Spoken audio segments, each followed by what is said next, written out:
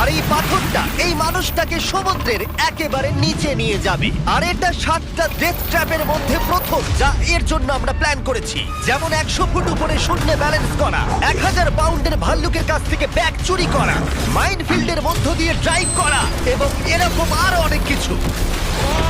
আর যদি ও সবকটা সার্ভাইভ করতে পারে আমি ওকে $5,00,000 দেব। ঠিক আছে, আমি চললাম।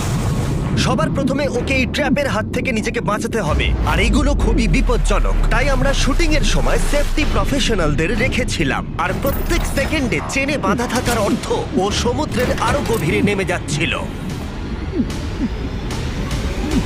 ও উঠে এসেছে, ও পেরেছে। ইয়েস!